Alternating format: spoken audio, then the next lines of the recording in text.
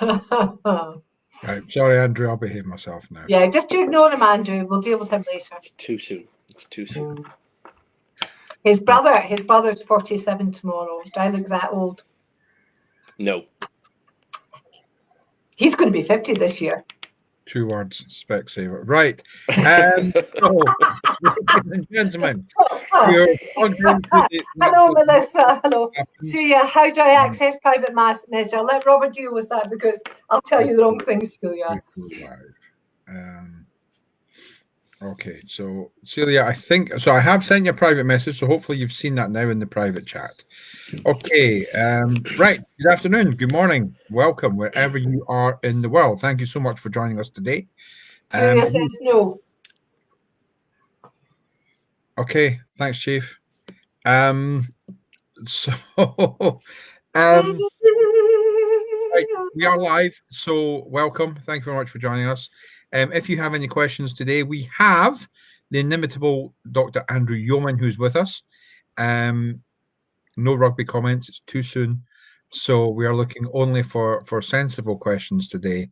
So nothing about stamina or the bench or any of those topics. Please don't bring them up. So right. I'm trying to use boss and complain, Andrew.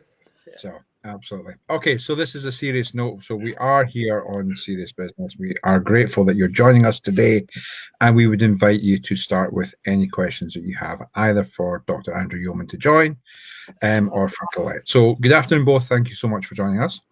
Pleasure. Good afternoon. Always good to be here, as I say. So good stuff, apart from this week.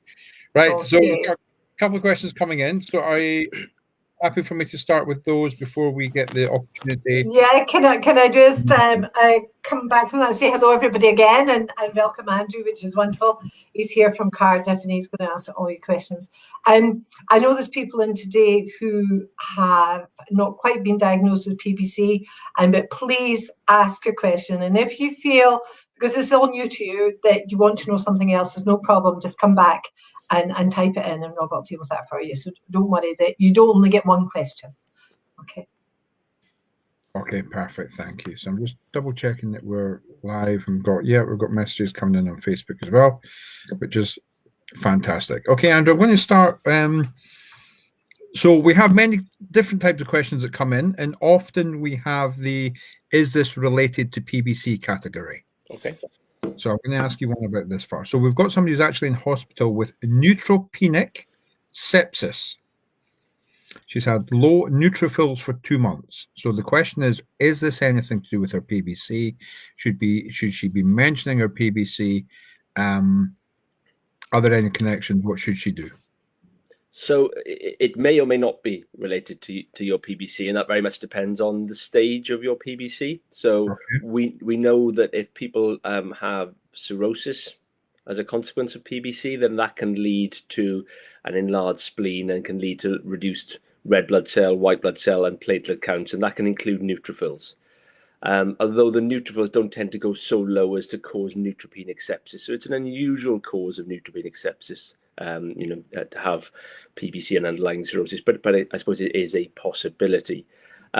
Sometimes the commonest cause of neutropenic sepsis generally is after people have had chemotherapy for cancer treatment, but neutrophils can also go down in response to overwhelming infections. If you have a really nasty infection, your neutrophils, which are normally the little white cells that help your body respond to infection, can get so overcome with it that the levels drop down again. So I think that your doctors will need to give you some clear answers about perhaps why the neutrophil count has dropped. Was it normal before and is it low now just because you've got an infection, or has it been low for a while? If it's been low for a while, then it might be more related to PBC if you have underlying cirrhosis. But as I say, in most people, it won't be directly related, but it is plausible. Okay, thank you. That's helpful. So hope you get better soon as well. Okay, thank you. Oh, that's kind. Should she be asking any particular questions, or I said, should she be asking any particular questions of her clinician? Yes, I mean, I think so. So the first question, the most important question in medicine is why. So why have you got a particular condition? Why have you developed a complication such as infection? So I think it's to have an understanding of of why you're neutropenic, it's always important to flag to your doctor that you have an underlying health condition in case there is a link, so that the doctor can evaluate whether underlying health conditions such as PBC may or may not be related to that. And the follow-on question from that then is what the next steps, isn't it? So why are you in that situation that you're currently in? Why have you got neutropenic sepsis? What's the treatment going to be? And what are the next steps? Do you need follow-up? Do you need further investigation? So those are the sort of three commonest questions I think are always useful to ask. Why has this happened? What's the treatment? And what are the longer term or short to medium, long term implications of this problem? Okay. And that applies to any condition, really. Yeah.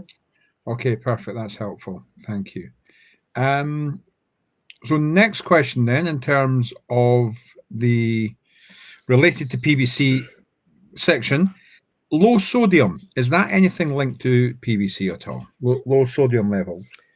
Again, there's lots of causes for low sodium, and most of those are due to hormone imbalances or to acute infections, which can then trigger hormone imbalances and make you lose too much sodium. So I think we do see it in advanced PBC if people have cirrhosis and ascites. So what happens is that you have a little bit more volume in your circulation, and so your sodium level drops as a dilutional effect. But that's only usually if you've got really very, very significant liver disease. But if you haven't got cirrhosis and if you haven't got complications of cirrhosis, then a low sodium is probably not due to PBC. As I say, PBC is an autoimmune condition though, and autoimmune conditions can affect endocrine organs. So those are the organs that produce hormones, and those things can cause a low sodium. So thyroid problems, for example, can manifest with a low sodium. So I think it's worthwhile, if you've been identified having low sodium, flag up your PBC so that a link between an autoimmune condition of your liver, namely PBC, might be linked to an autoimmune condition that can cause a low sodium. So it's not a direct consequence in most people with PBC, but there may be associated endocrine conditions that can drop your sodium. Wonderful, thank you. Commonest thing as well to say is with the sodium as well, in the general population, the most common reason people have a low sodium is due to being on diuretic medication. So that's furosemide or bendoflumethiazide, which is a common treatment for hypertension. So that's the commonest cause in the general population is because of medication that we've given. Okay, perfect. That's helpful. Thank you. So next, related to PBC, can you have phenobarbital, if I'm pronouncing that even remotely close? Phenobarbital for epilepsy. You can. I mean, I think again, certain drugs, if you have very advanced liver disease, are best avoided because they can accumulate, and that might be one of them. It's not a very commonly used drug for seizures anymore, as Collette alluded to. It is a very old-fashioned treatment for seizure disorders, and there are usually newer treatments now with less side effects. But if you don't have advanced liver disease and liver failure from PBC, then there shouldn't be any major reason why you can't take it. But it's in the UK, at least, it's a fairly unusually prescribed drug these days. So I'm not quite sure what the indication is for, but as I said, unless you've got very, very advanced liver disease, it shouldn't be a problem. But obviously, again, and these are the sorts of things that pharmacists will often pick up on. So, pharmacists will review medications and ask you a little bit about your medical history. So when you're getting medications, it's worthwhile flagging those things up to pharmacists, because they act as a safety net for prescribing safety. And our pharmacists do a great job of that, because sometimes there might be rare interactions between different conditions and medications that clinicians may not be aware of because they've never seen it or because they're so rare. But pharmacists are experts in their field, so flag those things up to your pharmacist when you're taking medications in to be checked for you, that they can make sure that you're receiving medication safely, and that's a real important role that they have. Yeah, that's a good point. That's perfect. Thank you. That's helpful. Okay, so this is somebody who's in Romania and on stage 1. So I'm going to go back to them and ask some specific questions. Yeah. Next question, if I may, low electrolytes. Again, is that something that's linked to PBC? So electrolytes include sodium, they include potassium, they can include other chemicals, usually metals in the blood like magnesium or calcium. But sodium and potassium are the commonly measured electrolytes. And they don't go down directly as a consequence of PBC. They will normally go down because of either associated disorders of the hormone system that can coexist with PBC, or again, I mentioned diuretics, so that's furosemide or bendroflumethiazide. Those medications will commonly cause both a low sodium and sometimes a low potassium as well, because it makes your kidneys lose both those electrolytes. Obviously, if you're unwell for other reasons, if you're about to vomiting, for example, you will lose some of those electrolytes. Some of those salts is another way of describing them. Those salts can be lost by the body either through vomiting or through diarrhea. So they're quite commonly deranged or abnormal in people with acute infections, gastroenteritis, that sort of thing. So the context is very, very important around that. Is there medication? Is there new illness? And if there's none of those things, then if you have a condition like PBC, the first thing to think about then is whether you have another autoimmune condition that's affecting the endocrine system. So that's something for your GP or hospital doctor to be aware of and to consider. Okay, perfect. Thank you.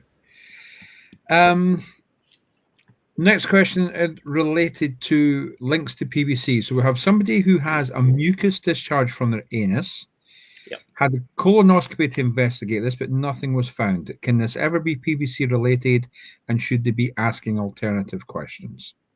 Yeah, so I mean, PBC is an autoimmune condition, and it can be associated, as I've already said, with other autoimmune conditions. I particularly referenced those of the endocrine system in relation to low salt levels.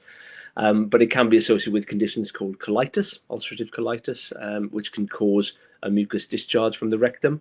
However, if you've got a normal colonoscopy and biopsies, I think that's important. If biopsies haven't been taken at the time of colonoscopy, it's important that they are taken.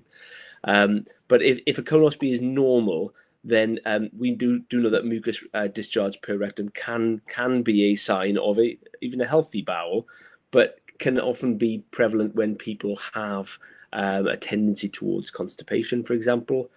People with hemorrhoids sometimes have some mucus discharge PR, as per rectum. So there can be a link with PBC, as I say, through the existence of ulcerative colitis. But if you've got a normal colonoscopy, you've pretty much excluded that. So it's not something to be overly alarmed about. And some people are just, do produce more mucus than others. So it's always right to get new onset bowel changes checked over. That's critically important. It's good that you've had that done. But you don't generally need further investigation if that colonoscopy is normal. Although obviously if the discharge is excessive, it might be worthwhile, going to see a gastroenterologist or going back to see one if you've already seen one. But in most people, it's, once there's no colitis there and there's nothing sinister in the lower bowel, then it's just sometimes a normal variant. But think about whether you're getting constipated and treat that, because that can facilitate your body producing a bit more mucus to try and resolve the constipation itself. So think about that, your bowel health, and think about making sure you're well hydrated, that you are feeling satisfied after you've emptied your bowels and those sorts of things, and avoiding missing days where you're not going to the toilet. Things like that will be important for your bowel health. Perfect. Thank you very much. Okay, Chief, any thoughts at this juncture? I was just actually thinking, Andrew, you're probably aware of this, but it's one of the most common topics of conversation with PBC is bowels. And we hear all sorts of problems, and lots of people got told they've got IBS, not so much the ulcerative colitis. But it is a hot topic with PBC. I just thought I'd throw that in. I'm sure you hear it in the clinic. Yeah, I think I do. I think the thing to remember about bowel conditions is that about 40% of the population will suffer from bowel symptoms at any one time, during their lifetime, and so we see those things very commonly. So if you have a relatively rare condition or an uncommon condition like PBC, it's quite common for common conditions to coexist with them. So in the same ways, having PBC doesn't stop you getting other common conditions such as IBS. It doesn't stop you getting hypertension, for example. It doesn't mean that they say the two are linked. It's just you've got one very common condition, and if it's very common, you will find a proportion of patients, like you will the general population, who will have bowel symptoms. Now, we do know, and this is an important link to perhaps explore a little bit to try and help people manage their symptoms, is that we do know that anything that affects your physical functioning does have a negative effect on bowel function. They did some studies back in, I think it was the 1950s, where they chucked loads of Swedish medical students, chucked them into bed for 2 weeks, and they all got constipated.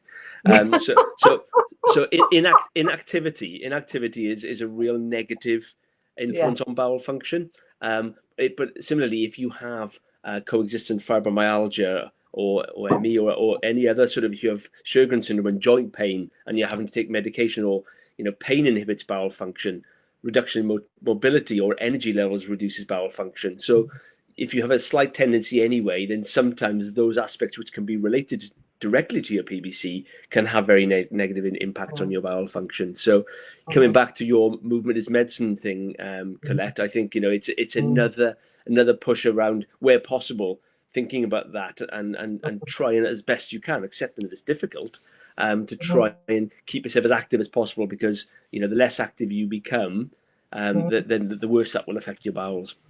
Yeah, that's a very, very good point, actually, Andrew. Thank you for throwing that in, because we forget about the bowels. And Martine and I, when we speak, Martine, from everybody's point of view, she's the head of PSC, which is even rarer liver disease. And she and I, what did we talk about? Bowels, anyway. But that is a very good point you make about movement as medicine. It's connected to the bowels. Don't forget that. Okay, perfect. Thank you both very much. Next question with regard to link to PBC, salbutamol. Again, I have no idea what that is, or even if I'm pronouncing it correctly, but is that safe for PBC patients? Yes, it is. Salbutamol is a drug given usually via inhaled route to people with asthma or COPD. Asthmatic. And it's what we call a bronchodilator. So it acts on smooth muscle in the airways of the lung, and it causes them to relax, to open up the airways, so that it improves your wheezing and improves the airflow into and out of your lungs. So it shouldn't have any negative consequences, and people with even very advanced liver disease can have these medications without any problems. So they're perfectly safe. Well, just while we're on lungs, may I just add to that, nothing to do with asthma, but if anybody smokes and you've got PBC, please try and stop. Smoking and PBC, smoking in most diseases is not a good combination, but particularly smoking is not a good combination. And if you need help, call us at the office and we can give you help on not smoking. Yeah, that's really important general advice, but particularly in PBC, I fully agree. And don't listen to James Newberger, who says it's really very difficult because he's never smoked. Yeah, I've told him this. It's a lot easier than what people think it is. And if you want to buy a book, Alan Carr will start you off. Alan Carr is a very, very well-known method. He's passed away now. But smoking and PBC is not good. Very not good. Okay.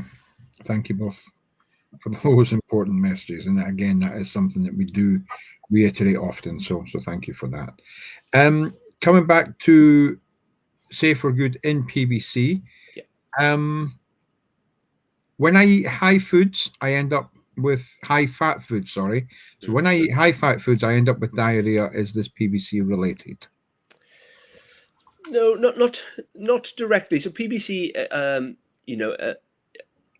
doesn't affect your bowel function directly, but obviously high-fat foods can have lots of negative effects on bowel function. They can, for two reasons. One, high-fat foods cause a degree of slowing of bowel function in part of the bowel, and that can lead to an overflow phenomenon. And so the other thing as well is certain foods that are high in fats will stimulate what's called a gastrocolic reflex. So every time we eat, the stomach distends, sends a signal to the brain, which sends a signal to the gut to get moving. And if your bowel is a little bit more full than normal, then what tends to happen is you'll often have to rush to the toilet. And a bigger fat meal will be generally a bulkier meal, so stimulate that natural reflex more. So the commonest reason for having that is that even though you're having diarrhea, is that the bowel's a little bit slow and sluggish. So if you're having difficulty emptying your bowels, intermittent constipation, or it fluctuates between one and the other, then that's often a sign that your bowel's a little bit overloaded, and then you're having an exaggerated reflex then as a result of a high-fat meal. High-fat meals do stimulate extra bile secretion. So I guess it is biologically plausible that we don't see it very often in the clinic, whereby people have a high-fat meal, more bile gets excreted into the intestines. And sometimes in some people, too much bile in the intestines can cause profuse watery diarrhea. So if you've got a more persistent watery type diarrhea rather than an intermittent one, then sometimes some cholestyramine, which we use for itching in PBC, can be helpful for people with what we call bile salt malabsorption diarrhea, which is not directly related to PBC. It's something that we see in the general population. Okay, wonderful. That's really helpful. So on the subject of diet, we have somebody who's newly diagnosed. Yeah. And again, I'll probably come to you with general questions for newly diagnosed later if we have time. But their question specifically is about being newly diagnosed and any particular diets that they should perhaps follow. Can I come into this first and do a medical bit? Would you mind? That's a very good question, and I can tell you I've been diagnosed 27 years, and what they tell you now is completely different from what they told us years ago. And I think it's really important that you have a good balanced diet. I would say to you, based on anecdotal experience of thousands of people, members of the foundation, be very careful with processed foods and non-complex, simple carbohydrates, the sugars, biscuits, sweets, juice, they're addictive, they drain you of energy. You've got PBC, you're going to have an energy issue anyway. But if you're going to have carbohydrates, try and keep them complex. Brown rice, brown bread, and brown pasta, but don't overload with it. Processed foods, be very, very mindful of, because they are full of hidden salts, sugars, addictive things, and try and stick to as natural things as possible. We're going to start something new in our next magazine. We're having a gardening section, a growing your own vegetables section. And Jenna, we've been looking at gut health and various things. And Jenna, one of our members who's involved in this, we've been working with Dave Jones, and really as natural as possible. So I would, simple soups, soups, you can make a pot of soup in 15 minutes, red pepper soup, cucumber soup, courgette soup, lentil soup. Soups are really, really good to have in the freezer and have handy, but just be mindful of the simple carbohydrates. They're not good for anybody, whether you've got PBC or not.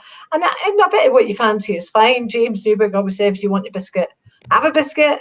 It's not for me. I'm not keen on them, but just it's balanced, but good vegetables. And I wouldn't say overload on the fruit either. Vegetables are great nutrition and not overly cooked as well. Is that a fair? Yeah, no, I think I would agree. I mean, I think the first sort of medical answer to that question is that there's no specific diet you have to follow. So there's no. We do know that autoimmune diseases can be triggered by environmental toxins. So that you are born with a tendency to developing PBC and other autoimmune diseases, and something triggers that in your environment. I remember Oliver James talking about hair dye back in the day, and women don't dye their hair, so that was bombed out the window. I know it was, but it was a real big thing for a while, Collette. Do you remember? It was a real big thing, and it turned out not to be the case. But nonetheless, we do know that our environmental triggers and dietary triggers could potentially be a trigger for PBC in some people, but we haven't identified a particular foodstuff or chemical in foods that would reliably trigger a PBC to come on in a susceptible individual. I think that I completely agree with everything you say, Collette, about having a balanced diet and avoiding lots of processed foods, because those are general health advice as well as specific to the PBC, and in terms of the energy utilization that's so important when you're living with PBC, particularly if you're suffering from fatigue. The only thing I would add in relation to if you have PBC is to make sure you have good calcium intake in your diet. Because obviously it can be associated with osteoporosis, particularly in women who are no longer menstruating. So I think it's really important to continue to keep a good calcium intake. And some of these exclusion diets you can go on to are lacto-free and things like that. Well, if you're lacto-free, it's pretty hard to get decent calcium into your diet. It's pretty hard to meet your calcium requirements just from breakfast cereals or bread and things like that. So you do often require dairy products to keep a calcium intake up to the required levels. And as I say, we do know PBC can be associated with osteoporosis. To keep your bone health up, regular calcium intake. So that's, if you're having milk with your cereals, that's usually enough, with a bit of cheese now and again, or yogurts, those sorts of things. Just live yogurts. Yeah, absolutely. Just to keep your bone health up, because that's really important, because you don't want to be having osteoporotic fractures in your 40s or 50s or 60s. That's a great point. I would say to you, when you have PBC, I think we normally get a DEXA scan is every 5 years or so we have to have them, and that checks out your bones. And when I last went, I was a bit shocked. I had something like a 10-page form to fill in, and I always thought wrongly. So I'm passing on to you my mistake. I always thought, well, it was how you were brought up, up until the age of 18, that's when your bones are formed. It doesn't really, the form doesn't really matter thereafter. It actually does, because they pointed out to me, although my bones were in good nick, that I didn't have enough calcium in my diet. So you make a really good point there, Andrew. So I don't like milk and things, but live yogurts, you can get nice plain yogurts, a bit of cheese, all these things, it does help. So be mindful to keep up. Even bread apparently has calcium in it. It does. It's got to be brown. No, it's got to be brown. Absolutely. Yeah, but no, it's a good point. Thank you, Robert. Okay, perfect. No, thank you both. Again, thank you for your comments. Next question then, as we're on diet, we've got somebody who, again, relatively newly diagnosed, and they used to enjoy a glass of wine before diagnosis. Is there an okay amount of alcohol that won't affect PBC progression? Yeah, I mean, I think, if you look at government recommendations on the sort of maximum, amount of alcohol to be taken per week, it's now 14 units for males and females within the UK, and that level has been set as below that threshold. You're extremely unlikely to ever develop alcohol-related problems, particularly liver disease. But if you have advanced liver disease, that equation is very different. That advice is for the general population. So if you have significant fibrosis or cirrhosis, then regular alcohol intake, even at a lower level than that, could be potentially harmful for you. That's not to say that nobody can ever have, an occasional glass of wine. And I think in general, if you don't have cirrhosis, it is probably safe to do so, but to certainly think about keeping well within that 14-unit restriction. I usually say as a rule of thumb, if you don't have cirrhosis, if you're staying within half of that, you're probably going to be fine. So it means if you're having a celebration, it's a wedding or something like that, and you want to raise a glass to somebody, that's fine. But certainly if you have more significant liver disease, any regular alcohol intake, that's the key word. So that's on if you're drinking 10, 14 units or more than that a week, then you do potentially put yourself at risk of liver disease progression, because the alcohol will act as a cofactor in terms of injuring your liver alongside the PBC. So it's very context specific, that advice. And I think it's important, if you're not quite certain, to speak with your doctor to get more information about what sort of stage of liver disease you have. And it comes back to the importance of staging people with PBC, which has been a little bit more complicated in the days since we don't biopsy everybody. So I think it's important to ask your. I completely agree, but we still need to stage people in other ways, and I think use of FibroScan or ELF test, whatever you want to use. So I completely agree. We shouldn't be biopsying people to make a diagnosis, far from it. But understanding your stage of disease is important, so we can give people the right health advice then about the risks of that. So, but in general, less than 14 units a week will be safe for the majority, unless you've got cirrhosis. Is it worth mentioning as well, Andrew, that there's not just alcohol can affect your liver, it's too much fatty food or having extra weight. Yeah. And there's quite a lot of us have a bit of fat in the liver as well. Yeah. It's very common amongst the community that doesn't have PBC, but we need to take note of that too. We're not exempt from that. Is it okay to say that, Andrew? It's absolutely okay to say that, and I think it's I guess it's a spin-off comment from the alcohol thing in terms of what are risk factors that can increase the severity of your liver disease, and certainly alcohol and having a fatty liver. So 30% of the adult population in the UK has a fatty liver. Not everybody will develop damage with that, but if you have PBC and you've already formed some damage, then having fat in your liver might exacerbate that and accelerate the speed of damage. And it comes back to what we were saying earlier, isn't it? It's about some of the things we talked about this afternoon are about, there might be general lifestyle advice, but they might actually help you in terms of the specifics of PBC as well. That's avoidance of excess alcohol, is keeping as active as you possibly can. It's avoiding processed foods, avoiding high fat containing foods, because our bodies are not really designed to take them. Okay, perfect. Thank you. I just add on to that. There was a question raised a couple of weeks ago by one of the doctors about, do people can still get transplants in their 70s? And I personally know people who have had transplant in their 70s and they're in their 90s now, they're still here. And the answer to that was yes, indeed. But you need to keep yourself well, all well. And that's about keeping your heart and your lungs and everything, your kidneys, everything good by, not having excess weight and keeping as mobile as you possibly can, keeping yourself as well as you can. So there's lots of benefits. Absolutely, and sort of, there's never been a formal age cutoff, but as you said, transplantation is such an enormous strain on the body. Is that the average person who has significant liver disease over the age of 70 often has other major health conditions like heart disease, often diabetes, or isn't physically fit enough to go through the rigors of transplantation. But I think we'll see it more and more, as people live longer and longer. There will be more and more people over the age of 70 who will meet the indications for transplantation, will need to be considered for it, and more people will go through at that age, I'm sure. And as you say, it's about being as fit as you possibly can to sustain the rigors of transplant, because it is a significant undertaking, as people who've been through it will attest. Yeah, absolutely. Thank you, Andrew. That's really helpful. Perfect. Thank you. So going back to the theme of the day, we've got somebody who has lymphocytic colitis. Okay, yeah. And again, the question is there anything they can do to help themselves, or anything that you can help? Obviously, there's a lot of belly pain, a lot of diarrhea there. So have you just any advice that can help?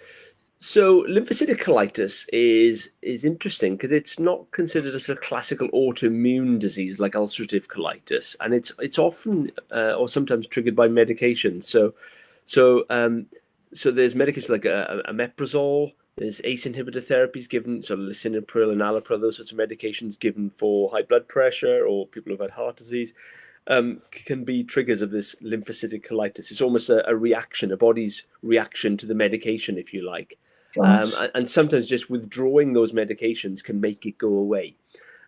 So I think it's always important, if you've been diagnosed with that, to declare all medications that you're taking, including anything over the counter, because medications in particular can trigger this. Not everybody with lymphocytic colitis has medication triggering it, but it's really important to consider, because rather than giving you drugs like budesonide, which is the mainstay of treatment for lymphocytic colitis, which obviously will have side effects as well, if you can resolve a problem just by removing the offending article, then that's obviously going to be far, far better for you. So lymphocytic colitis isn't a direct consequence of having PBC. It's just bad luck, I guess, for want of a better phrase, that you've had the two separate entities. But always important to consider medications with lymphocytic colitis, because withdrawing those can improve the condition quite considerably.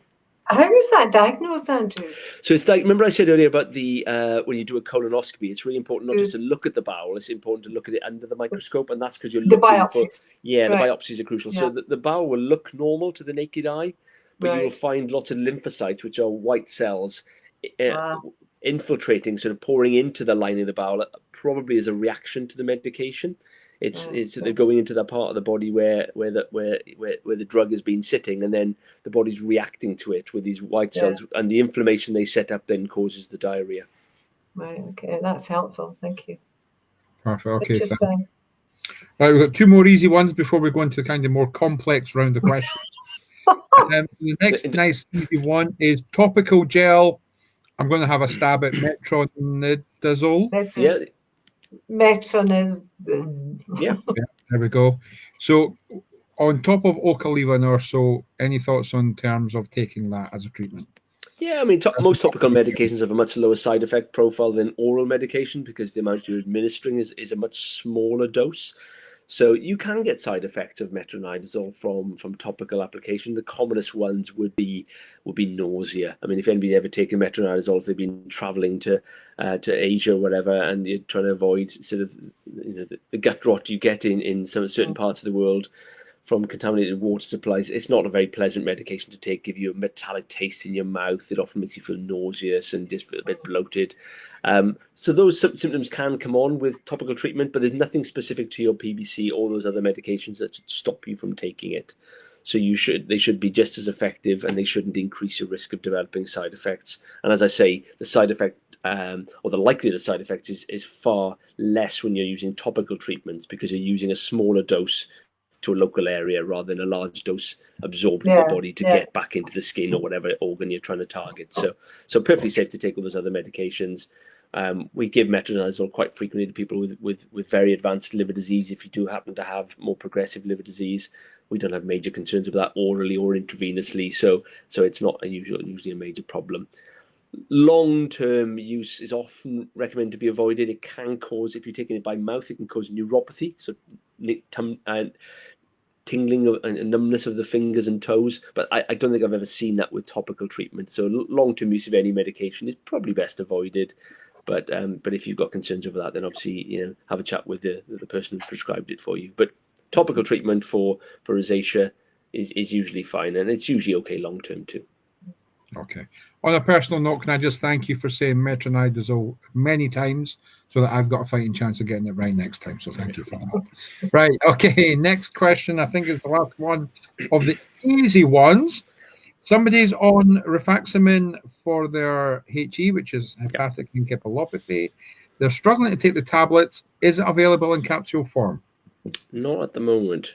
So I think it is a challenge at the moment with rifaximin. I think it's only one preparation that's available. I'm not aware of an oral preparation either. So it's something that we have this difficulty sometimes in hospitalized patients who've got a nasogastric tube. How do we administer it? Sometimes we just have to break it up and try to put it down a tube, for example. So unfortunately, there's only one preparation at the moment. So it's a bit of a challenge. So plenty of water and do your best, I suppose, is all you can ask with that one. Right, okay. Now, I've got a vague recollection of a new treatment going through the NICE and SMC processes last year for HE. Yeah, there's nothing new on the horizon as things stand at the moment. I think we're still going to be looking at lactulose and rifaximin as the mainstays of therapy. Gotcha. People have used sachets of stuff called Lola that you have to get from Germany to try and excrete more ammonia from the body, but it's not licensed for use in the UK and of very marginal benefit when I've used it very, very occasionally. So I don't think there's anything new on the horizon for that at the moment. Okay, perfect. That's really helpful. Thank you. So just to keep it topical, as we go into the last 20 minutes, we're going to step it up a gear. This is where I fall apart, isn't it? Yeah. Okay, so James is going through his third level for PBC now. He's done quite well. Okay, so we've got a question. He's got prospects that one. Oh, definitely. He'll go far. Okay, so we've had somebody who the blood work is AMA positive and there are indications for PBC, and yet their biopsy has come back indicative of PSC. So they're not quite sure what to do. They're not quite sure what questions they should ask. So any thoughts as a clinician, but obviously, as a clinician talking to a patient, what would be the next set of questions? What should they be asking next? So the immunology, which is the immune system's response to this, is often quite important. And I think if you listen to Gideon speak on this, and we talk about overlap or variant syndromes, it usually, once you go back to the blood tests and the different antibodies that we measure, that usually gives you the clue of really what you're looking at. And some people with AMA positive PBC have a very high ALT and a relatively normal alkaline phosphatase, for example, but it's still PBC. I've never seen a classical case of PSC who has AMA positive. The thing to remember is that PBC and PSC are both disorders of the bile ducts. So when you look at the biopsies, there are no what we call pathognomonic features. So pathognomonic feature is something that when you see it on biopsy is absolutely that condition without any shadow of a doubt. So in all the autoimmune liver diseases, there are certain features which are more suggestive of PSC than maybe PBC, but they're not absolutely ring-fenced diagnostic in and of themselves. So I think if you've got a raised AMA and your alkaline phosphatase is up, it'll be up in PSC as well. The biopsy may not always be able to truly differentiate between the two. And my personal view would be that you're better off taking URSO as if you have PBC and treating on that basis, because we don't have any licensed therapies for PSC at the moment. And I would rather, even though there's some evidence that high dose URSO in PSC is not good for you, normal dose URSO, it either does nothing or it might improve the liver test a little bit. If you have PBC, we know that urso really stands to benefit you. So given that biopsies alone can be, no single feature on a biopsy which will say to you beyond any shadow of a doubt that it's PBC or PSC. There's this overlap between the features, how it can look on biopsy. You're better off being on ursodeoxycholic acid, because if you've got PBC, there's a decent chance you'll respond to it, and we know that if you respond, you'll have a better outlook from your condition. Yeah. Okay, so that's really... He's not bad. I think he's running ahead of Newberg at the moment. So that's actually really, really helpful to hear, because often I've been at conferences and, you know, you see pathologists who are talking. And it's like, so there's, you know, bang on the nail PBC because of that biopsy. And obviously, you know, coming from a patient's perspective, I'm looking at it going, okay, then. So it's good to know that that it's a collective picture. It's not absolutely just and you should never look at a biopsy in isolation. It has to be interpreted in the context of patient symptoms, and also what the autoantibodies are showing you. If you're AMA positive, you're likely to have PBC. We know that's enough to make a diagnosis on its own. That's right. In PSC, we see a different type of profile of autoantibodies. We see anti-nuclear antibodies, or ANCA, which we don't tend to see as often. We can see them in PBC, but if you're AMA positive, it's nearly always PBC, and you're better off being treated for PBC. Yeah, only nice people get PBC. Did you know that? I did. Okay. Next question. So obviously we're aware of your specialities, but this question's come in. So if you have anything to offer, this would be helpful. Okay. So as we've gone through our self-management work, some of the things that we've been talking about, for example, are sleep hygiene, and all the things you can do towards helping for a good night's sleep. But a question came up in terms of sleep paralysis.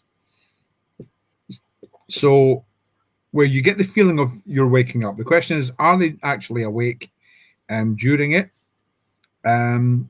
What's actually going on? Do you have any thoughts or comments? And again, is it a link to a PBC kind of issue? So are people talking about really odd sensations when they're falling asleep or around the time of waking up? I think it's when they wake up, where they've woken up but they feel paralyzed. So are they actually awake? Are they dreaming that they've woken up? There's the two well-known sort of normal variants of sleep, where you get something called hypnopompic or hypnagogic hallucination. So basically you can hallucinate as you're falling asleep or as you're waking up. The classical one is, I'm sure we've all done this, is where you're about to fall asleep and you feel like you're falling off something. Yeah, that's a classic sleep-related hallucination. You can get them on the waking up phase as well. So it's probably related to that. So body's not quite fully awake yet, but you've just reached that level of consciousness, but nothing else has really woken up yet. So it's probably related to that. And so they say the classical example is that feeling of falling when you're just drifting off to sleep, but they can occur on waking as well. I don't know enough about it to know whether a feeling of paralysis is a common sensation around that, but it sounds most likely. Okay, perfect. That's helpful. Thank you for that. Next question. Varices. Yes. So, do varices cause pain or strange sensations at the start of exercise? No. And I guess in a more general term, if you're at the point where you do have varices, what exercise should you be partaking in? Oh, that's a good question. So, so varices don't cause pain. And that's evidenced by lots of different things. I mean, they're actually under relatively low pressure, although obviously, if they get under big enough pressure, they can bleed.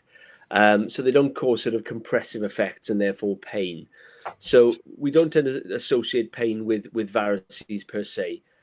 In terms of, so they don't tend to cause problems with swallowing, for example, or anything like that. If we banned varices, then obviously they swell up and they can cause discomfort for a day or two. But varices, without having been banded, are not really typically regarded as a cause of pain. In terms of exercise, that's a tricky one in the sense that we know that if you put the pressure up in the varices very suddenly, that can cause them to rupture depending on their pre-existing size. So if they're small, it doesn't really matter what you do. And, if you've got varices, you may have had a conversation with the doctor about trying to avoid long-haul flight, for example, because the lower cabin pressure can lead to increased blood flow into the varices, and that can lead them to rupture. And similarly, certain types of exercise can actually lead to rupture of varices. Now, those exercises would be what I call resistance exercises. Now, I'm not talking about cycling on a bike. I'm talking about weightlifting. The clean and jerk, the snatch, all this sort of, the heavy, anything where you're really straining, anything that involves a lot of pushing or heavy lifting, that sort of thing, could potentially increase the pressure through the varices. There's no good evidence that aerobic exercise, however, is a problem.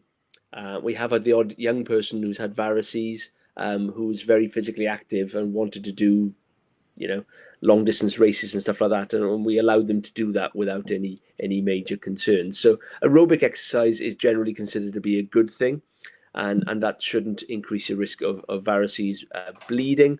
But certainly, resistance training, as in it's something that you're forcibly having to strain. So that's weightlifting, heavy weightlifting should be best avoided. Okay, perfect. Thank you. But you're okay with the tins of beans. We recommend people have tins of beans. Tins of beans are fine. They're fine meal beans. Yeah. Not the big tins, right? Okay. So, well, I would like to sorry, tell guys, you. totally unnecessary, Yeah, right? don't lift the Six Nations Championship trophy. That'd be too heavy. It's a terrible thing to do. Oh, you walked into that, Robert. So, there's no chance of that ever happening soon. Right. So the next question is on the subject of varices. Somebody is saying swelling of the feet, abdominal pain. Can those be indicative of further progression of liver damage? Now, I don't think this lady, I think it's Sheena, she's not finished typing. I think you're still typing because your paragraph just stopped suddenly. Oh, here it's coming now. Here's the rest of it. So conditions progress to cirrhosis, worried that things are getting worse.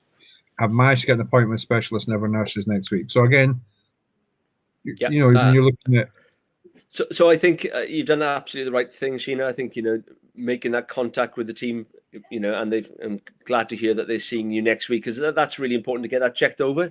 Not everybody with leg swelling will have it due to progression of their PBC, but it's absolutely the first thing we have to rule out. So we would, as a healthcare professional, we would assume that it was related to your PBC and work back from there. Yeah. As I say, it may still not be, but that's the most important thing to ascertain. So the fact you've got an appointment next week is really, really important around that. Yeah. Quite useful in advance to that appointment if you've got any recent weights, then any recent weights would be helpful to share with the team so they can get a picture of what's been happening with that. Any other things that you've noticed around weight gain? Have you increased your abdominal girth? Your trousers, are they tighter on you? Things like that. You feeling more bloated? Is your belly more distended? All those sorts of things are really important to sort of think about in advance of your appointment next week, so you can get the most out of that appointment.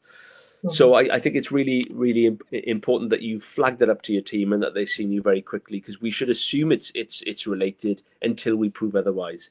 As I say, there are other reasons. Some people have swelling in their legs from varicose veins, for example, which are quite common in females, particularly if you've had children. So it can be due to something not related, but we should absolutely check out to make sure that it's not related in the first instance. And I think it's worth saying to everybody out there, certainly we can only speak for those in the United Kingdom, that if you feel that you need an appointment and you like to be seen by somebody, do email in to your hospital, to your gastroenterologist, your hepatologist, whoever's seeing you. Yeah. And if you don't have a reply, go back again. And if not, go to the chief exec and you'll get a reply. But James Newberger is quite emphatic about this. Don't sit and just let it all happen. Contact people. They are there. COVID numbers are decreasing. You matter too. So persist, please. Absolutely right. And a simple thing you can do, leg swelling of any cause, try and avoid some salt in the meantime. So reduce your salt intake. Yeah. That can help with leg swelling of any cause. So some people find a real difference just by reducing their salt intake. So try not to add it to your food after you've cooked. Avoid ready meals. Avoid things like crisps and twiglets. People love twiglets for some reasons. I don't know why. Disgusting things. But lots of salt and those sorts of things, and those can, whatever the cause of leg swelling, that will often get worse with increased salt intake. So some simple things you can do in advance of your appointment next week. Okay. Celia here is she's been trying up for almost an hour now to get a private message through. That's okay. I was going to say, can you email it? Can you give me your email address, please, Robert? Your phone Absolutely. number or something, and we That's can no do problem. that. Okay. Thank you. Sorry, Celia. But we'll get to you, I promise. Okay, thank you. Next, nice simple question for you, not. If you go back to normal liver function, and again, we can talk about liver function as opposed to liver tests, does that mean that you've gone back to early stage PBC? I missed the start. So if your liver tests have gone from abnormal to normal. So yes, so and again, so the quote is liver function, but again, I'm bringing into the topic liver function as opposed to liver biochemistry and what those mean. So if you could say a little about that, and then obviously, if your bloods normalize, does that mean you've gone back to early stage PBC? Yeah, that's a really good question. So I think the traditional staging of PBC was based on the degree of damage to the background liver, and not everybody will get background damage. So we think probably about half of people with PBC will progress to cirrhosis at some point in their life, but that doesn't mean to say everybody will. So the stage is very much related to the background damage, not necessarily related to your liver tests, and not necessarily related to how symptomatic you are with itching or fatigue. So that's the first thing to say. Now, we do know that treatment with medications, and sometimes naturally without medications, the liver enzymes will fluctuate. I think generally speaking, if your liver tests go from being abnormal to normal, that will put you on average into a lower risk group for progression.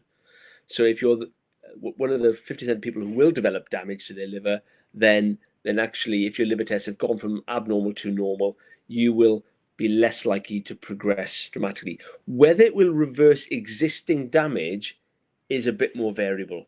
We have seen in some studies that people will have some fibrosis or scarring, and that will regress over time. And that's obviously been a big area of interest in the obeticholic acid trials. Do they cause reduction in fibrosis? There's some emerging evidence that they do, but it's not invariable. So it's not so much about, if you were stage 2, for example, and your liver tests have gone to normal, you're then less likely to go on to stage 3. You might not necessarily go down to stage 1, but that doesn't matter so much as long as you don't progress to stage 4. So it's ultimately, if you stay at the same stage and if you don't have cirrhosis, that's not so important. It's stopping it progressing is the single most important thing. But it might mean that you have stepped down a stage because the improvement in the liver tests might be reflected then in less damage to the liver and some of that existing damage actually starting to reverse, but it's not invariable. So on average, liver tests gone back to normal, you're less likely to progress. And that's always a good thing. Thank you. Indeed. And in terms of, clinicians who talk about normal liver function, again, can you just clarify that actually that's not always related to actual liver function? Yeah, so I think it's a really good point. I mean, we know that you can have bad liver damage possibly from PBC, but certainly other conditions like fatty liver in particular, with completely normal liver tests. In fact, in fatty liver disease, about 25% of people will have completely normal liver tests, yet still have cirrhosis. So normalization of liver tests doesn't always completely equate to complete inactivity of the underlying disease. But they're kind of the best we've got at the moment. And on average, though, if your tests have gone from abnormal to normal, your risk of progression, as I say, is lower. So this is why the focus, whether it's with URSO or with OCA, the focus is on can we improve liver tests, because on average, you treat a large enough group of people with PBC with those medications. If you make the liver tests better, that reduces the number of people that will progress to cirrhosis and the different complications of cirrhosis and needing a transplant. So I think, I think that's all I want to say on that, actually. Okay, perfect. Thank you. Chief, any thoughts? No, I think it's great. It's good.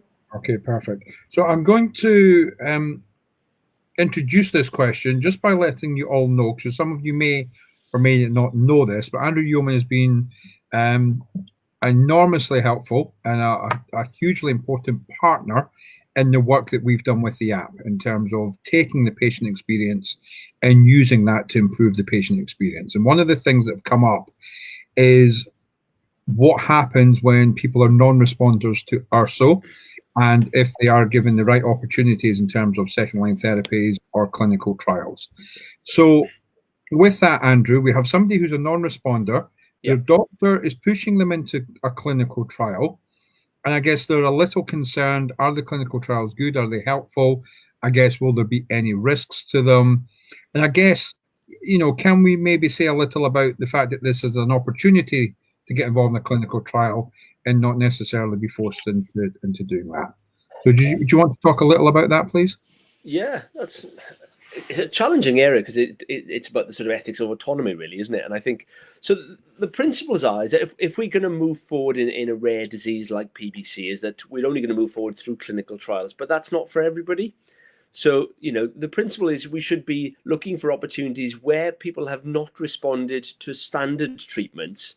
We should be offering clinical trials, but we should never be mandating those things, because clinical trials, they may benefit you, but they may not.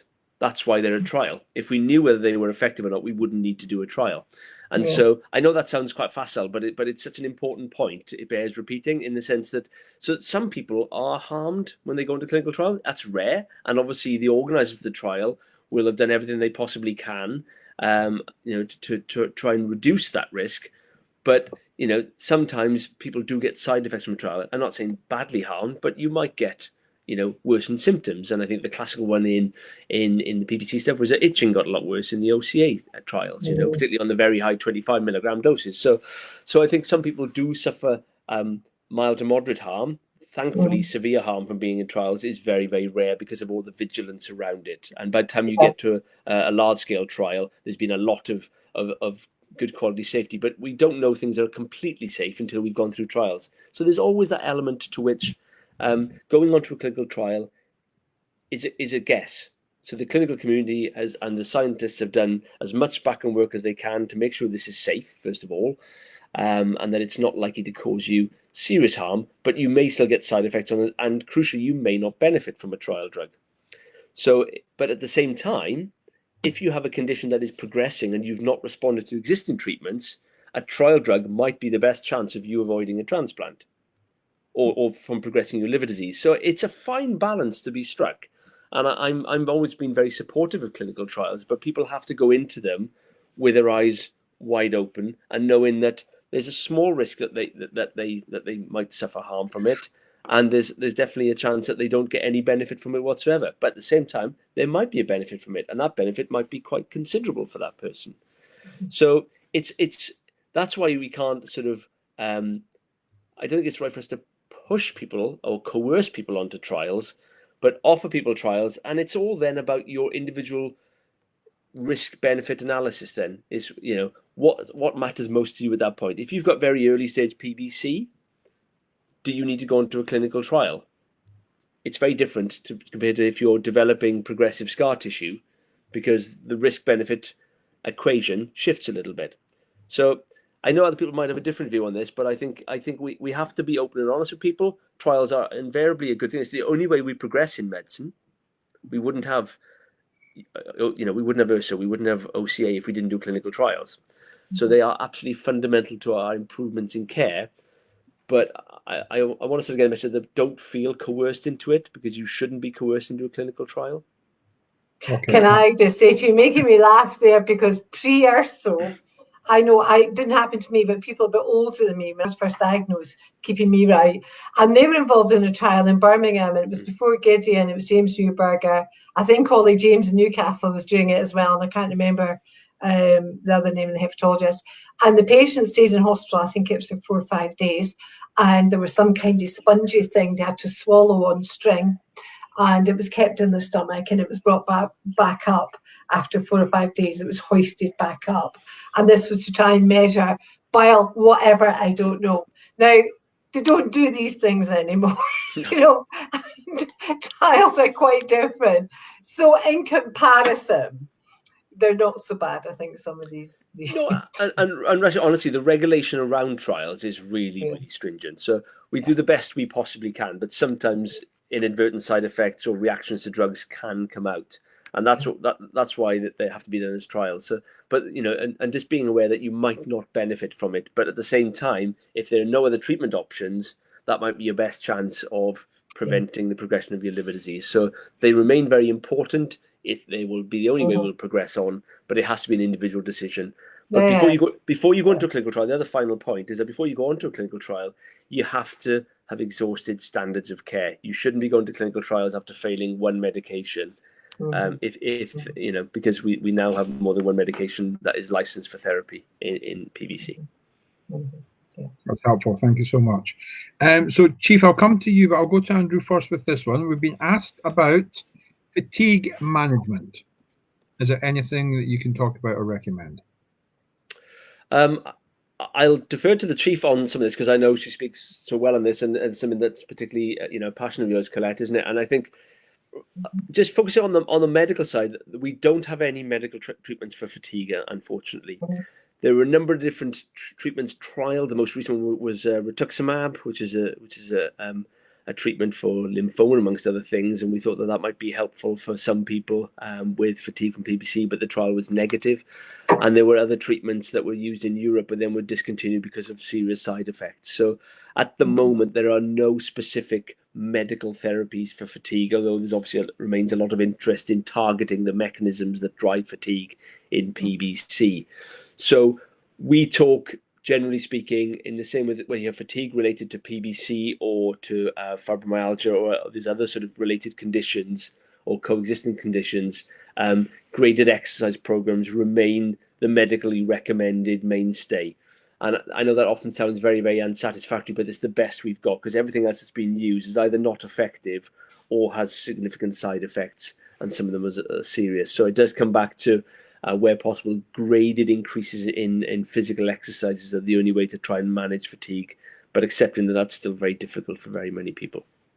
Yeah, I would echo that entirely, and I would speak honestly from the bottom of my heart. When I first heard about movement as medicine, exercise for fatigue, and it was Dr. Mark Spain in Canada, and I thought the man's mad. How dare he suggest that a tired patient should do that?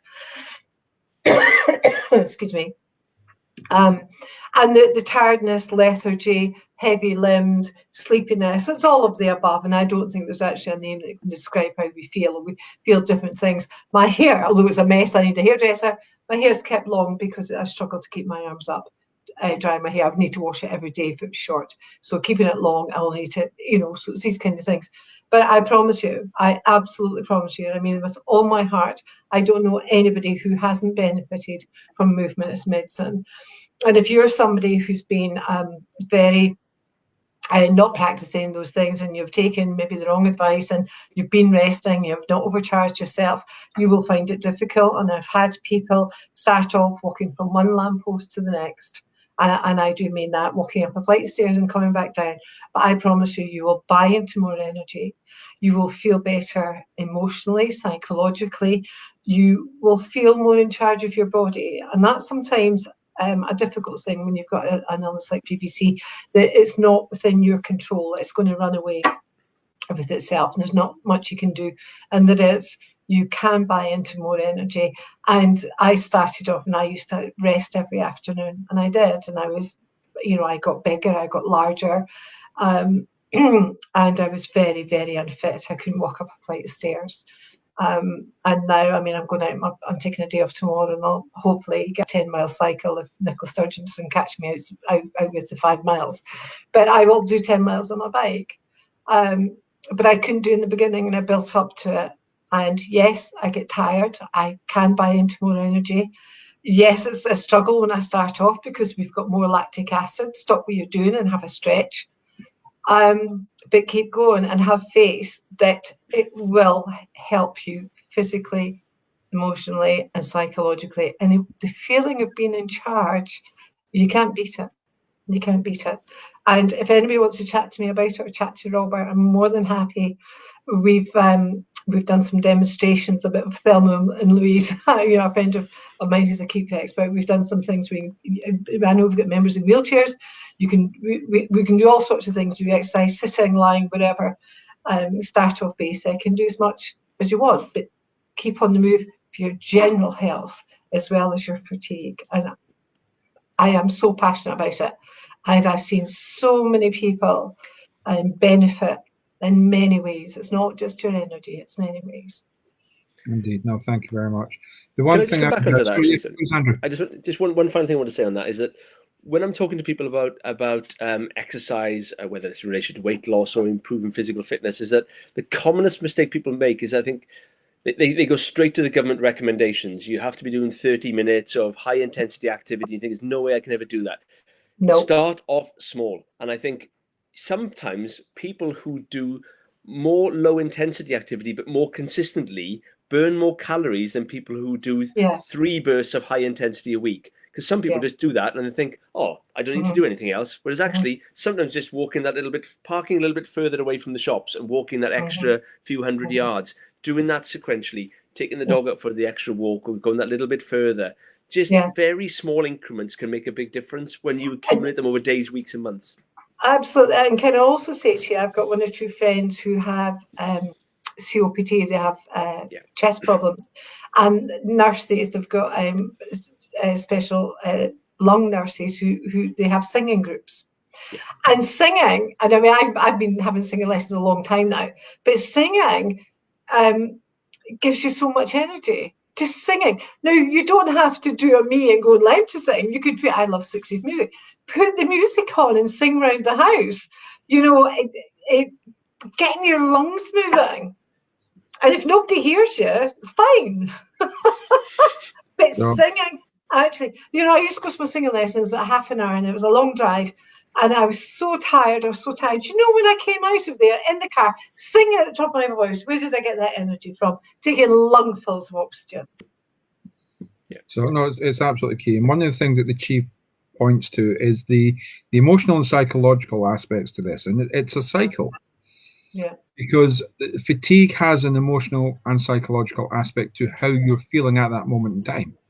And if you're able to break that cycle, it improves how you feel emotionally, which improves the quality of your thoughts psychologically, which improves your physical feeling, and that circle goes on and on and on and on.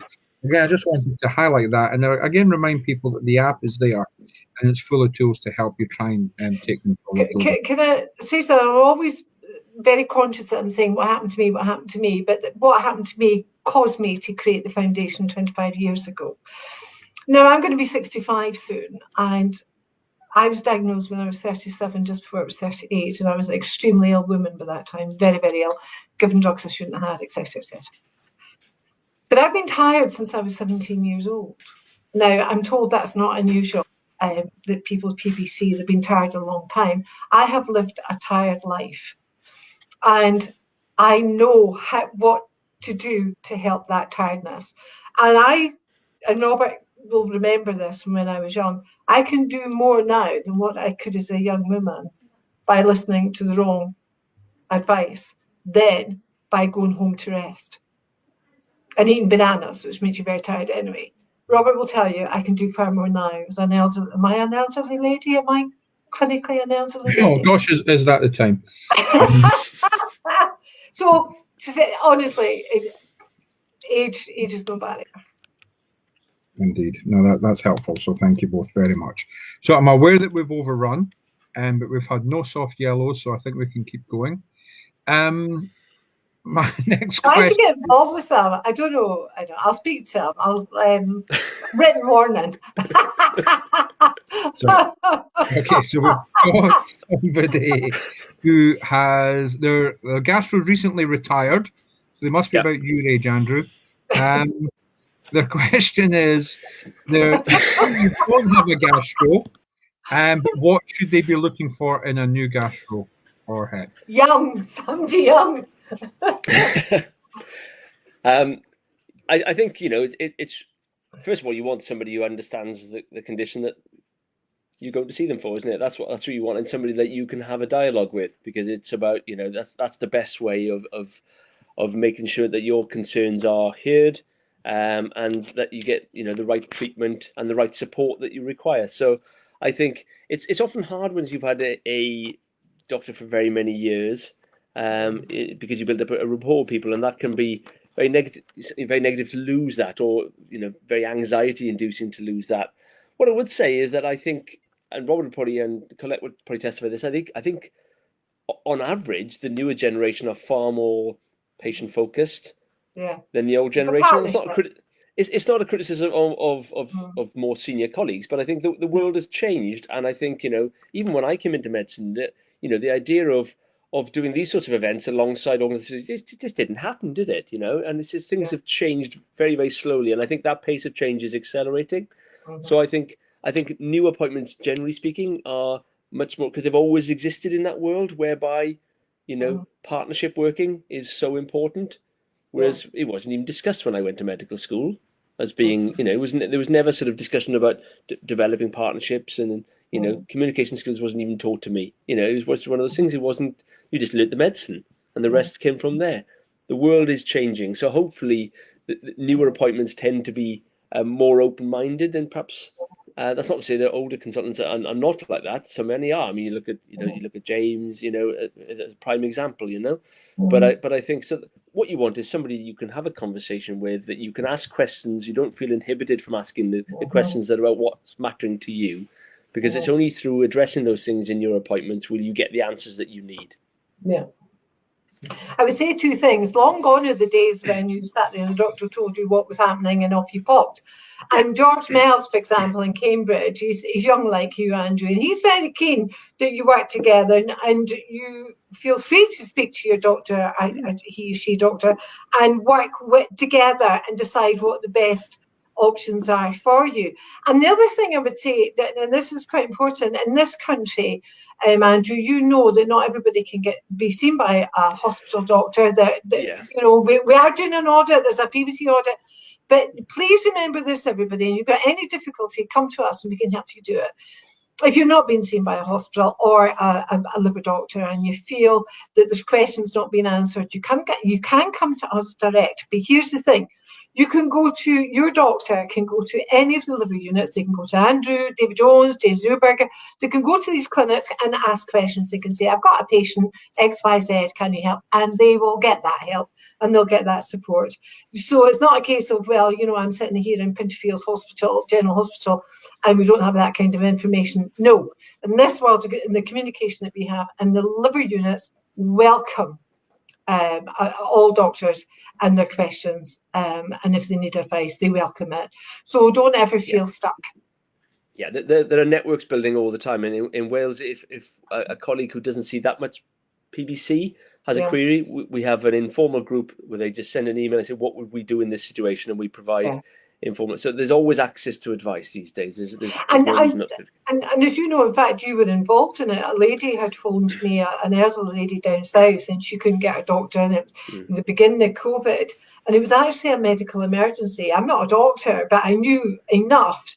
I couldn't get James, and so Andrew very kindly took over and spoke to the lady, and all was well, and she's still here, and she's still madly in love with you, Andrew. But, so we can access people too.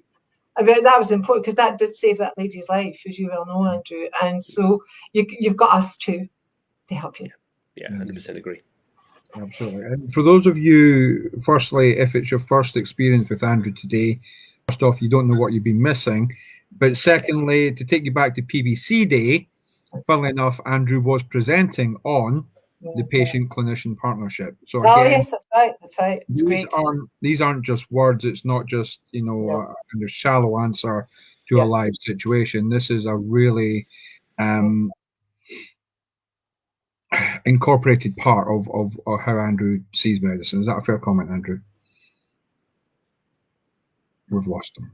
I'm back. You still there? Yeah. I think I froze it. I just froze temporarily. Sorry. Okay, so I was just saying that actually these aren't just shallow words here in a live experience.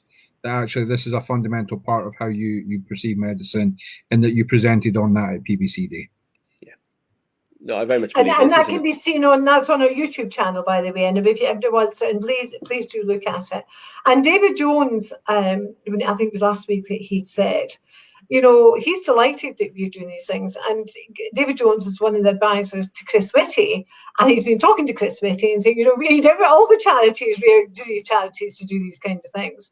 So we're leading the field, and I just think it's wonderful, and I'm ever so grateful to you.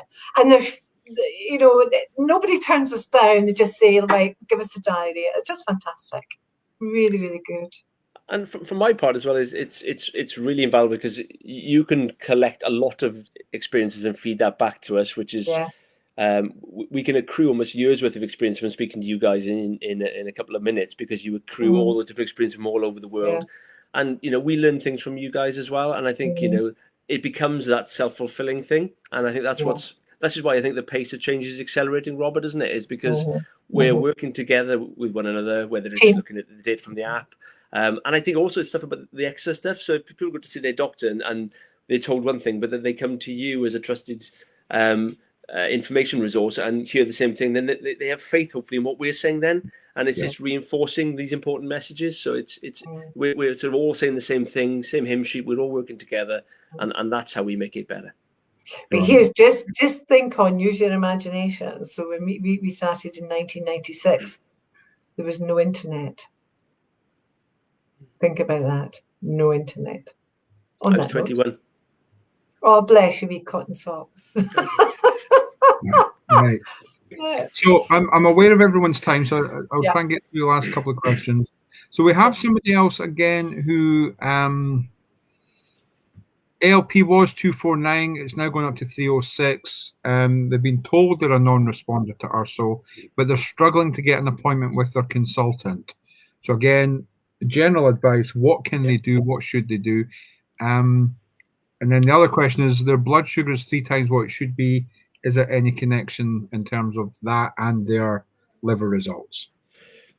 Blood sugar. So I mean, sometimes diabetes can coexist with PBC, completely unrelated. But sometimes, if you have got significant disease, that can make your body a little bit less sensitive to insulin, and your sugars can go up. So, if you're known to have diabetes already, then it's probably just it's not uncommon for blood sugars to vary over time, but that will need managing as well, because this is part of your global healthcare. This if your blood sugars are running very, very high, then that needs attention.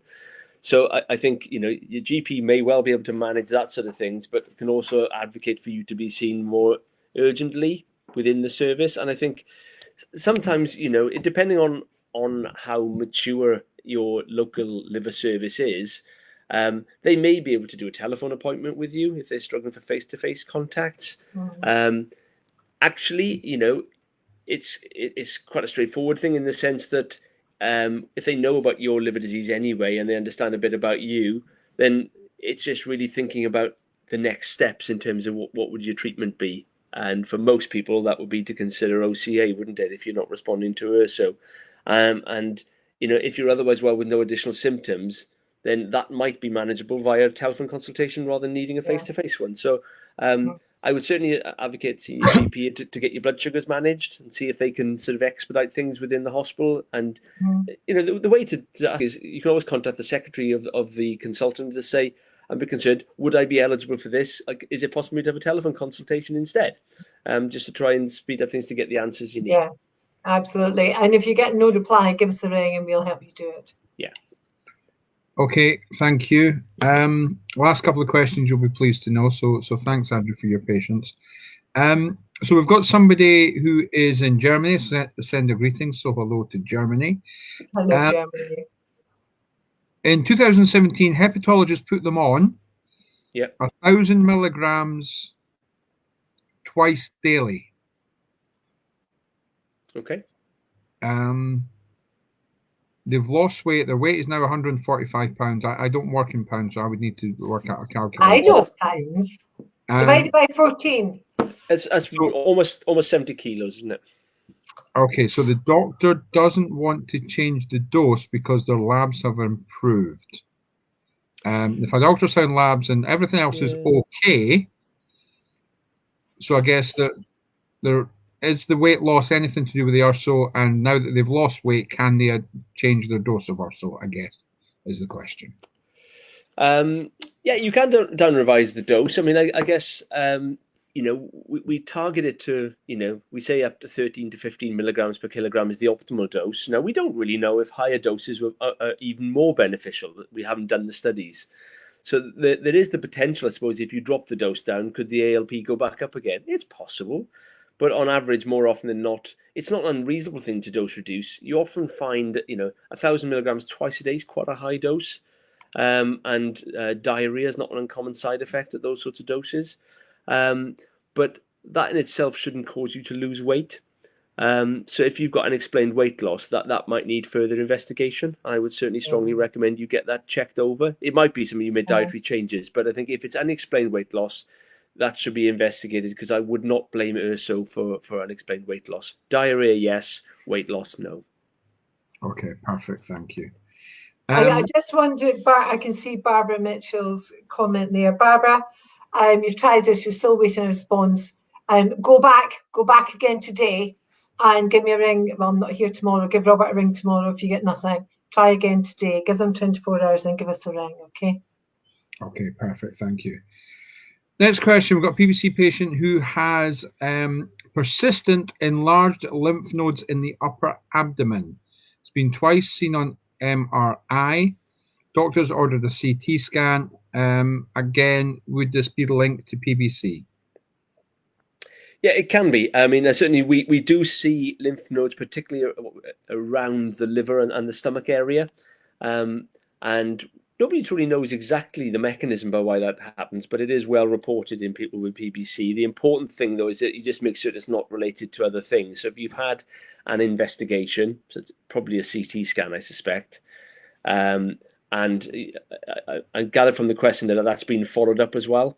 So as long as that's been followed up, that's the important thing, because there can be other reasons for it, but it is associated with PBC as well. The key thing is are those lymph nodes very large to begin with, and are they enlarging? Generally speaking, lymph nodes less than a centimetre are commonly what we call reactive, and the ones we would see in PBC would typically be less than a centimetre. They can be a little bit larger, but if they are larger, they do need to be followed up, usually with CT scanning, just to make certain there's nothing else going on. So as long as they've been followed up, that's the most important thing. But yes, they can be associated. Okay, thank you. We've got somebody who the clinician wants to try benzo-Xanax for sleep issues. Again, are there any contraindications with PBC at all? No, not generally. I mean, I think patients with cirrhosis or more progressive liver disease, you have to be a little bit careful with these benzodiazepine-related sleeping tablets because they can accumulate. But that's usually when you've had complications of cirrhosis, such as ascites or encephalopathy. So if you haven't got those problems, then these medications are usually quite safe. They are still recommended to be trying to be used in short-term use rather than long-term use. So that's another thing to bear in mind.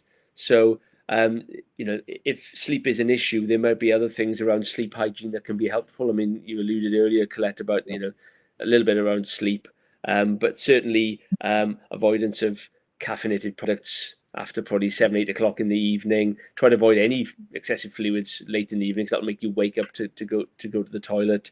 Avoid using backlit screens probably within a couple of hours before bed. I'm terrible at that, but actually it's really bad for your sleep pattern. It's hyperstimulating. So things like that. Read a book is much better for you before you go to bed than looking at a backlit screen on a laptop or a computer or even a TV. So little things like that can be helpful in the longer term to try and improve sleep hygiene, because you don't want to have an over-reliance on sleeping aids. Okay, perfect. Thank you. Yeah. On the subject of sleeping aids, we've been asked about valerian, which is more of a herbal sleep aid. So the first question is, would that be contraindicated with PBC?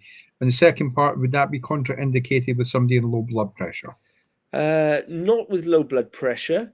I've not seen, so I think that's a problem with low blood pressure per se. In terms of herbal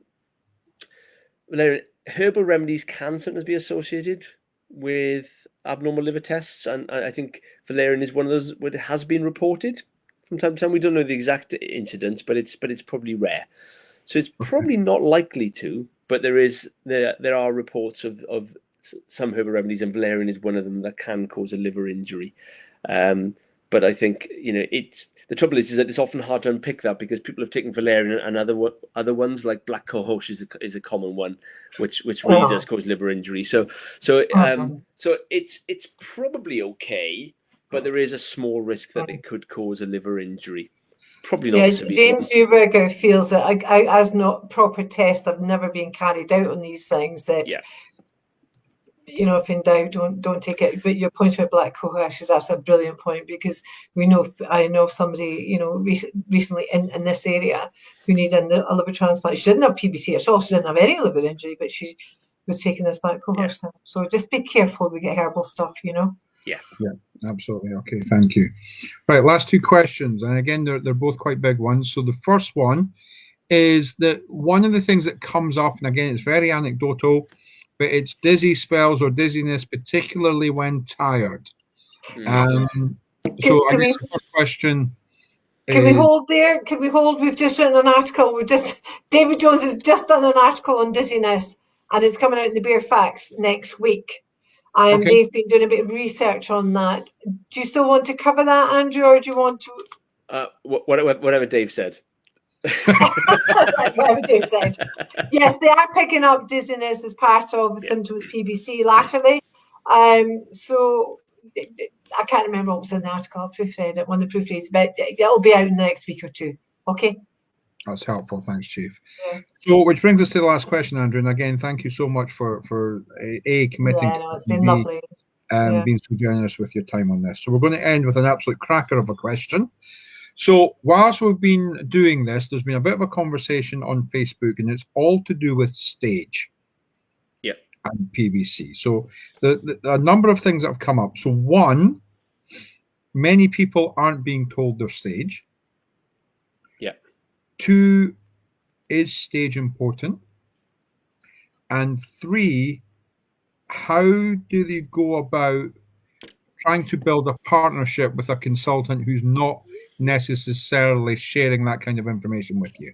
Could I just come in on this before, while you're having to think about this? This is a big issue, is the staging, because I speak to lots and lots of doctors. Some go well into it and many don't. And James Newberger, who's the chairman of a medical advisory, feels very, very strongly is what they're trying to do is get you in a position where you live your life where you can forget about your PBC. And so sometimes staging isn't always helpful. Biopsies aren't done for staging anymore. They weren't always deadly accurate. Yeah. It's not an accurate science, but some people, as we heard earlier, will cling on to that stage. I'm in stage one and sit around and wait. Right, it's going to be stage two next. When it could well be, they will always be in stage one. It's a massive, massive issue. And all I'm saying is there's negatives to this conversation as well as positives, because not everybody will receive it in the way it's given. People will live by those numbers and take it as a given that if they're in stage one, so it's just, how long is it going to be till I get to stage 4? And thousands and millions of people don't ever get to that stage. Yeah. So, you with me? I am, yeah, and I think it is a tricky one, isn't it? And I think from the point of view of surveillance of your condition, the staging is very, very, very important, particularly around if you need to look for varices, if you need to look for liver tumors, those sorts of things, then the staging is critically important for that. And I think it's about having that understanding then about what an individual person wants, because some people, they may not want surveillance for liver tumors or endoscopies, for example. Most people will, but some people won't. So it's about getting to an understanding of what an individual really wants out of their care. And I think in general, I think most people, my experience has been most people want to know the stage in terms of the implications of that because most people want to know what the future holds for them. But I think we do have to accept that some people don't. So if you going into a consultation and you have a particular thing that you do or don't want out of it, it's important to sort of make that clear. So they're saying, well, actually, if you're saying, well, I don't want to know about this, that, and the other because that might distress me or, cause me anxiety. I'd rather not know, but you just manage me as you see fit. Then that's also a valid point as long as you. But it's a numbers thing as well, Andrew. And what's been explained to me, you can be all 4 stages when it comes to the numbers. It's the numbers that's not clear and they're being misread by people who haven't been given the explanation Do you know what I mean? Okay, I'm with you, yeah. Yeah. So you're saying that people have been staged, but it's not been communicated. Well, somebody's been told they're in stage 1. So somebody else has been told, well, actually, most people with PBC can have all 4 stages. It's the numbers that seem to be the problem, that you can have a bit of cirrhosis, you can be extremely healthy and have normal liver function. It's what people are reading into the numbers that's problematic. So you're absolutely right. So liver function is carried out, ultrasound, endoscopies. There's a method of what happens in PBC, and if things start to change, more things come into place. You'll get ultrasound once a year, twice a year. You'll have endoscopies more frequently, etc. Right? But it's the numbering that people that's causing a problem. You know, you're in stage 1 or you're in stage 4. When, as most hepatologists are saying, you can have a bit of everything. Yeah, I mean, I think there's only one truth in this. You're only actually one stage. But I guess what you're saying is that the technology isn't perfect. Even biopsy wasn't perfect. So you can under or overrepresent a stage. Yeah. But I think in general, if you've got a FibroScan suggesting you're stage 4, it's very unlikely that you're stage 1. Mm-hmm. But can all the liver is the whole. My point being, sorry, I'm not putting this very well. No. The whole liver is not the same. You're not. No, it's not. That's my point. Sorry. But we do have reasonably good evidence now that if you're, for example, if you're using non-invasive tests like FibroScan, if your FibroScan reading is 30, that's not going to be representative of stage 1 disease throughout most of the liver. And yes, you can have varying degrees of damage within parts of the liver, but if you have stage 4 disease, or if you have cirrhosis in one part of the liver, you are regarded as having cirrhosis. Doctors put all this information into the round in terms of what risk you are. And in general, if you've got a lot of scar tissue in one part that looks like cirrhosis, you are safer managing and looking after that person as if they have cirrhosis and doing the enhanced surveillance, then assuming they've got less severe disease and not doing it and then missing a complication. So it's kind of that tension. It's about how that tension and how that uncertainty. And I think I spoke a lot in that partnership one. There is uncertainty. We don't know everything about PBC. Science doesn't have all the answers in relation to PBC. Acknowledging there's uncertainty, but within that uncertainty, what are the sensible things to do? A bit like that question about PSC versus PBC with the biopsy. There are uncertainties here. So what is the least risky thing to do? The least risky thing to do in that situation is to treat for PBC, because then you might advantage somebody, and if it is PSC, you haven't disadvantaged them. The same thing applies to staging. Staging isn't perfect, but if it tells you a person's at probably increased risk, if that staging is true, what have you got to lose by doing some additional scans? Probably not very much. Yes, it can increase anxiety, and we have to be cognizant of that. But at the same time, what if we were to miss something by not surveying when we should have surveyed?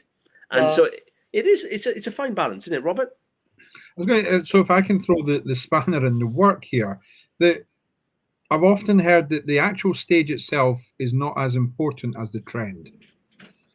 So if somebody, for example, is stage 3 when they're diagnosed, it's what comes after that. What's the trend? What's happening? You know, once you're diagnosed, once you're on treatment, those kind of things. Or if you're on stage 1, if you're staying in a stage 1 situation, then it's actually that trend that's more helpful in informing both the clinician and the patient than actually just that one measurement of stage. Does that? Yeah, I think it's possibly a little bit more complicated than that. So if you're never at stage 4, then unless you're really disabled and troubled by fatigue and pruritus, you'll do really well. But if you're at stage 4 and don't progress, you might also do similarly well. I am, and you're right. I'm probably more worried if somebody's young and goes from stage 1 to stage 4 within 5 years. So trajectory is important, but just even if you're in stage 4 to begin with, if you stop at that stage, your outlook might still be quite good. Yeah. So you're right. Progression and change over time is equally important. But sometimes knowing that you're at an early stage and you've had the disease for a long time that can be quite useful. And I think, things like PBC risk score don't incorporate stage in that classical sense, but in a way they're using other bits of information to try and say, what's the progression, what's the likelihood of progression. It's trying to guesstimate the likelihood of progression of disease. Yeah, it's not black and white, really. No. It's what I'm kind of alluding to, because I know some people are delighted to have the numbers and other people are unsure about them, and I'm uncomfortable with people being unsure. I want to put them in a comfortable place as possible. But that was actually, you did very well there, Andrew. I would stay in this business mind. I think you go far. I don't think I've answered all of it. I think, as you said, there's a lot of uncertainty. I think there are clearly good medical reasons for understanding the disease stage, because it does influence how you're managed and how you're surveyed and looked after. But if you have a particular thing that you don't want to have done to you, like endoscopies, then at least mention that, so at least that it starts a conversation. Yeah. And it might be that after that discussion, you might change your mind, but you change your mind with being informed. This is all about being informed. And the more informed you are, you cannot make a decision on anything in life. There's no such thing as consent without adequate information. So we have to provide the adequate information. And if you've got a particular thing that bothers you about it, ask the question and we can take it that way. If you've got a clinician that isn't that interested that way, which I think was part of the original question, and you've tried to, with reasonable efforts to get more information back from the clinician, you can always ask for a second opinion. Yeah. That is absolutely your right. Yeah, no, absolutely. That's absolutely fair. No, it's quite a difficult area in many respects in people's interpretation. Okay. Somebody's made a comment. Please could we start a really terrible choir for those of us who cannot hold a tune? She lives in Edinburgh. She knows that. Let me tell you, Observatory Hill up the road where I go and walk my dog. I've got an old friend. She's a singer. We used to sing together in old folks' homes. She joined me last Saturday for a walk. We sang all the way around those hills, turned the corner, and we had an audience, and we got a round of applause. Come and join us, Celia. Saturday afternoons at 11:30. Rock the dogs. There we go. Right, are we through, Robert? We've got all the questions. Indeed, we're all there. So that's helpful. Thank you very much. Celia saying many thanks, Andrew, Collette, and Robert. Yeah, that's been a very, very long session, Andrew. Thank you so, so much. I will say to everybody out there, thank you for joining us. I hope we answered all your questions. If not, come back. And I'm also going to say to you, day by day, we're watching the bank account, and money is difficult to get in them, and we are losing money every day. We're not in deficit, but our funds are going down. If you can think of us, make a donation, go onto our website and give us a donation, or send us something. We need money to keep going. So sorry I have to ask, but that's just the way it is. So Andrew, thank you very, very much. Robert, thank you. You've got your 4 o'clock in 20 minutes. Good luck with that. Are you having a shave and whatnot beforehand, Robert? Moving on. Right, I'm going into the office, Linda. I'll see you shortly. Thank you, everybody. Right, Andrew, Andrew, thank you so much. Bye. Yeah. Thank you. Thank you, everyone. Take care. All the best. Thank you.